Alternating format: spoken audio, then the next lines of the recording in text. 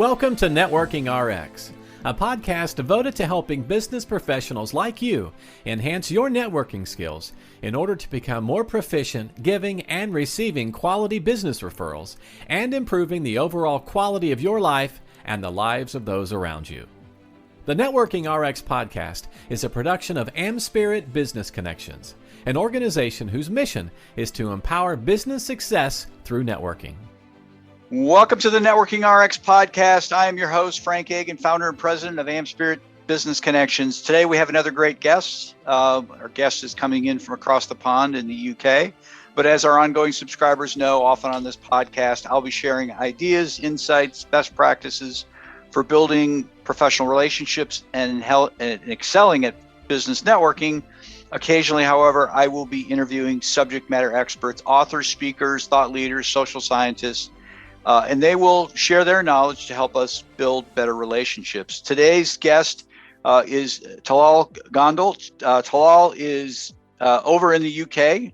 He's the author of the #1 international best-selling book, Turbocharge Networking, where he shares the message that you need to care, add value, and provide service. And those three elements build the human connection, and from that human connection is the building blocks of long-term relationships. In addition to being an author, he is also a speaker, and his mission is to help people cultivate the mindset and develop the skill sets to become world-class networkers in their personal lives and also their business or professional lives. He's super passionate about building relationships and relationship equity, creating holistic success, and cultivating what he calls is a savage mindset. He lectures on math, boxing coach, and enjoys reading nonfiction and watching UFC. We were talking before we hit record. I figured he would be a football fan, and it's not that he's not. He'd rather watch UFC. But he also loves going to the gym, driving fast cars, and has an unhealthy relationship with protein shakes. That's better than my unhealthy relationship with cookies. But he lives in Leicester City, or in Leicester. The soccer team's there. Leicester City, which is in England. Married, 2 great kids, a couple wonderful cats. What else could you ask for? Welcome to the program. Thank you for having me on, Frank. We're really excited to be here. Well, good. Well, let's talk networking. Let's jump right in. I mean, you're one of my subject matter experts. You were referred to me, highly referred to me, as somebody who speaks on networking. For our listeners, I have his book, Turbocharge Networking. I got it off of Amazon. It's a great book. He's my alter ego over in the UK. Let's put it there, or not the UK. Oh, yeah, in the UK. I was going to say not the European Union, but the UK. So, I guess, how did you jump into the whole networking thing? So, Frank, we have to go back in time for that one. We have to go all the way back to 2015, specifically the June of 2015, when I wake up one morning and it's nice and bright and sunny outside, and that's where in the UK. And I get ready for work. I leave my house. I get to work. I go to my desk. I actually start to unpack my stuff, take my laptop out and start to plug in and get ready for the day. And suddenly I'm called into the manager's office, and I go there and everybody else in the team is there too. And suddenly 2 sort of executives walk in, and we're all told that they're closing down the center. And I lost my job as a math teacher. Everybody's made redundant. And so in that moment, obviously you go through a whole range of emotions, from surprise to disappointment to being overwhelmed to getting upset to getting angry to not knowing what to do, feeling lost. And I experienced all of those. And I reached out to everybody I knew at the time. And I said, well, I just heard the news. This is what's happened. So, what do you think I should do? And I I obviously was in a state of panic because I just lost my job. What's next? What should I do? And so the only thing I could think of was just reach out to everybody I knew and see what they have to say. And everybody kind of that I reached out to at the time responded with pretty much the same response. And they said, well, oh, no, really sorry to hear that. I hope it all works out. You should apply for more jobs. Yeah. And that was like, why didn't I think of that? I should have thought of that. I should have come up with this groundbreaking idea, apply for more jobs. Sure. But, that was like my first sort of initial contact with this realization that the people I'm hanging around with, the people in my sphere of influence, are people who have achieved the same level of success, are kind of at the same stage in life. And they do not really have the contacts, they don't have the network, they don't have the relationships, they don't have access to the opportunities, they don't have the answers that I'm seeking. Right. And that's when I started to realize that maybe I need to hang around some other people.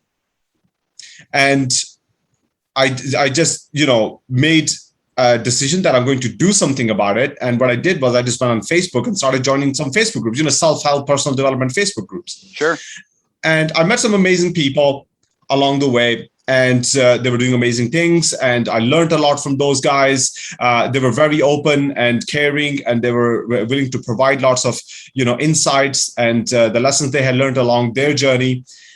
And I was like, what would be really cool is if I was able to share these conversations with other people, because I'm learning so much. I'm, being exposed to things that I wasn't aware of before. I'm being exposed to ideas that are very groundbreaking to me, and my mind's expanding at the speed of light. How cool would it be if I shared it with other people? So I started like a YouTube show, like a, interview show, like this podcast that we're doing right now. It was nothing serious, just like a hobby, but I was just started interviewing people. And it just kind of grew from there. I started connecting with some top experts, top influencers, top thought leaders. And, it was a surprise to me. I was like, I don't come from a business background. I don't come from an entrepreneurial background. I don't come from a sales background. I don't have, tons of money to give them. Why are they in contact with you? Why are they talking to me? Why do I get to have conversations with them? Why do I get to have their insights for when I'm not sure about what to do? We're sending each other presents, and they're almost like we're friends with me. How does that work? That shouldn't be possible, because I'm trained as an educator. If you talk to me about fractions, I'll rock your world. But, apart from that, I don't know much about the business world. And here's, there's something going on here. And so I really started to think about, what have I learned along my journey? What are the frameworks? What are the strategies? What are the processes that sort of worked, allowed me to get here? And what sort of mindset was that I had that allowed me to, have this sort of friendships and relationships and have these conversations with these really top level experts, who are thought leaders or influencers in their respective fields. And so when COVID hit, the big realization that I had, the light bulb moment that I had was like, what if I started to document that in almost like a book, right? Or like a system on what I went through, what I did at each stage, what worked for me, step by step, like literally holding somebody's hand and guiding them through the journey, just the way that I went on my journey. And so, yeah, that was the beginning, the birth of Turbocharged Networking. And so that came out in August. And that was a journey in itself, going through writing the book and then, learning about how to market it and then, promote it and things like that. That was a journey in itself. And I met some amazing people. And I continue to meet some amazing people, including yourself. We got connected by a mutual friend who spoke very highly of you as well. And so, yeah, that's it. It's just a journey of, not knowing what to do because I lost my job, to here now where, I have an international best-selling book. Yeah, no, it's a great story. I think it's a story that a lot of people can resonate with because, a job is never forever. right? And I think we're coming to grips with that. When you get out of college, you get a job and you think, okay, this is neat. I'm going to be here for 40 years. And it's not like that anymore. It maybe never was like that, to be honest. But when we first spoke, you mentioned in the book, you talk about in your intro, care, value, and service. I really kind of want to talk about those things because you're really super passionate about that mantra, I guess, the components of that. We hear a lot about know, like, and trust, which is fine. I'm not disputing that, but care. Let's elaborate on care, value, and service, and we can go from there. Sure. So I kind of look back at where I was when I lost my job, and I only knew a handful of people, right? My friends at the time, and some colleagues, etc. And I look at what allowed me to reach out and build relationships, build connections, start to make friends with people. And they, at the beginning, they weren't top industry thought leaders. They weren't experts. They weren't, all these big names that we might see on LinkedIn and other places. But I was able to connect with them, right? Mm-hmm.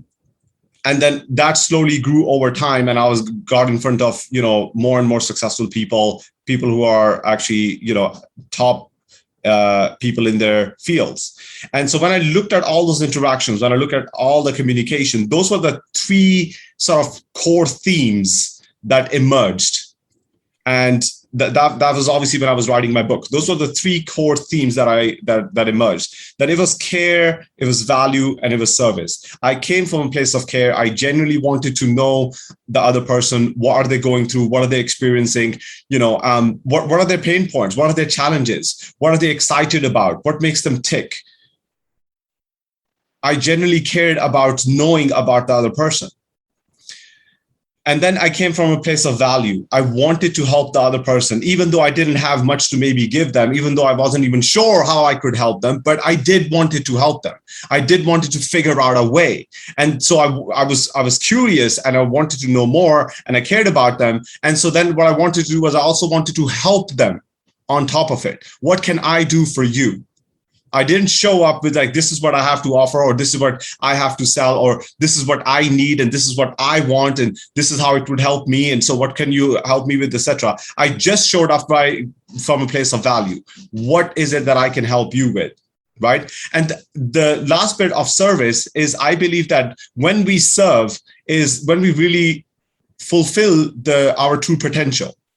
Right. I believe that's really the meaning of in a way, life. We're here to connect with other people and share our experiences. Mm-hmm. So when we put those together, you put care, value, and service together, then you have a really, really powerful catalyst to help you build a human connection. And I genuinely believe that human connection is the number one most important critical element that we need to get right in our relationships.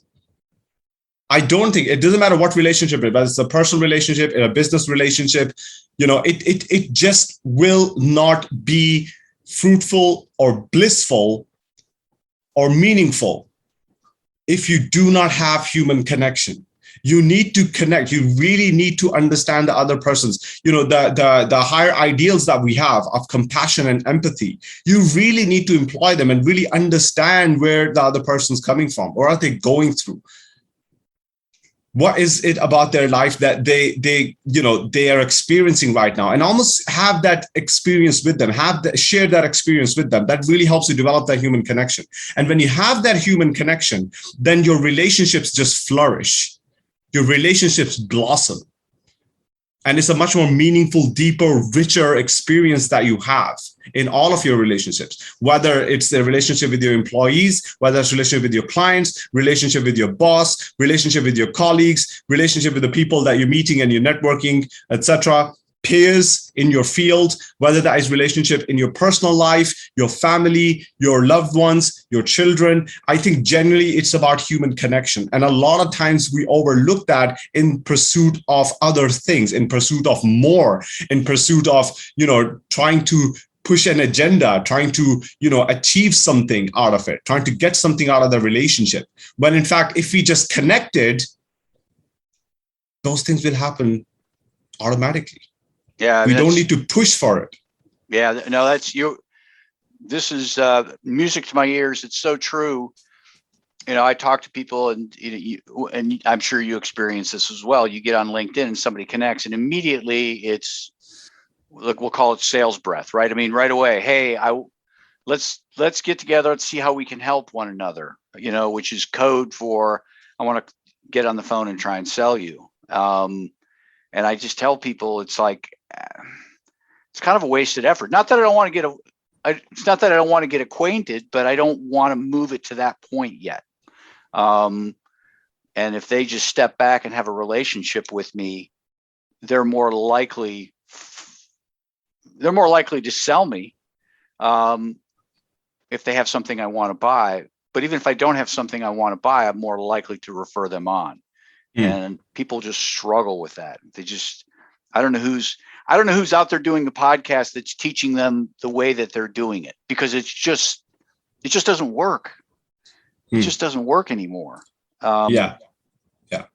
I think it puts people's defenses up. I think that's what happens. Yeah. People put their defenses up before they even get a chance to know you. And I think that is the flip side of it that maybe sometimes get missed, that, you need to help other people see who you are. But the way to do that is by actually showing up and being genuinely interested in them, be curious about what they're going through, find out what's happening in their life. So a great way would have been to say, well, actually, Frank, I listened to one of your podcast episodes on XYZ podcast. I really liked what you shared about this thing, or I really love the strategy that you mentioned here. And I'm really curious to see, how do you think that would work in such and such situation? Because I'm actually going through this right now. I'm trying to employ it in this way. Do you think that this is a good fit? And I think that is really good, because you see the care in there. They've actually taken the time to listen to the podcast. They are trying to employ what you are sharing with them. They're trying to actually, take the value that you have given them and put it into practice. And then finally, they're actually trying to reach out to you and say, Frank, what you shared was absolutely fantastic. I loved it. And I'm genuinely curious. Do you think it will work here? I need, a little bit of your guidance here. So that's, I think, is a much better way of reaching out to somebody as an initial contact. Or alternative could be the fact that they reach out to you and say, hey, I listened to this strategy that you shared, etc. I love what you have talked about over there. And I just really want to get to know you better. I want to know what's happening in your world right now. I'm curious about what your mission is, what your business is about.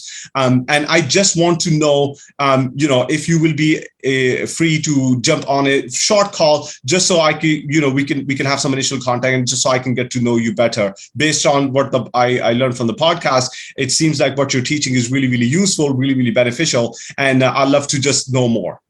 And and that strategy won't get me on the phone tomorrow, because like you, I'm busy, but it'll eventually get me on the phone or on a Zoom. Yeah. Or my point is, it works, right? Yeah. It may not yield everything you want right away, but it works, and you'll get on my radar. And I just appreciate that so much more than when people, and the wall coming up is it's a perfect metaphor, because that's exactly it.